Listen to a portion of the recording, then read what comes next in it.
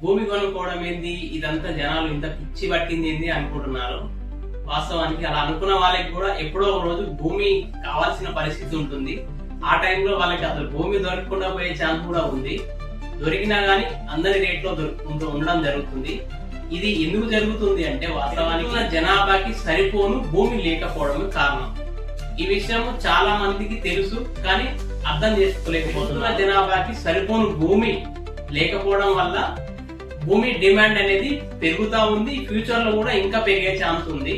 బంగారం అయినా మనం కొనొచ్చు, అది తయారు చేసే ఒక ప్రొడక్ట్ ల్యాండ్ మాత్రం ప్రతి ఒక్కరికి అవసరం ఉంది. ప్రతి ఒక్కరికి ఇల్లు అవసరం ఉంటుంది, ప్రతి ఒక్కరికి ఒక ప్లాట్ అవసరం ఉంది, ప్రతి ఒక్కరికి ఒక 2 ప్లాట్లు 10 ప్లాట్లు మొత్తానికి అయితే భూమి మాత్రం అవసరం ఉండడం. ఎంత పెట్టుబడి పెట్టగలుగుతారో అంత పెట్టుబడి పెట్టి ముందే తీసుకోగలిగితే లాభాలను మంచి ఆదాయం ఇచ్చే ప్రొడక్ట్ మీ దగ్గర ఉందని కోసం భూమిపై పెట్టుబడి పెట్టడం వల్ల నష్టపోయిన వాళ్ళు ఎవరు లేరు.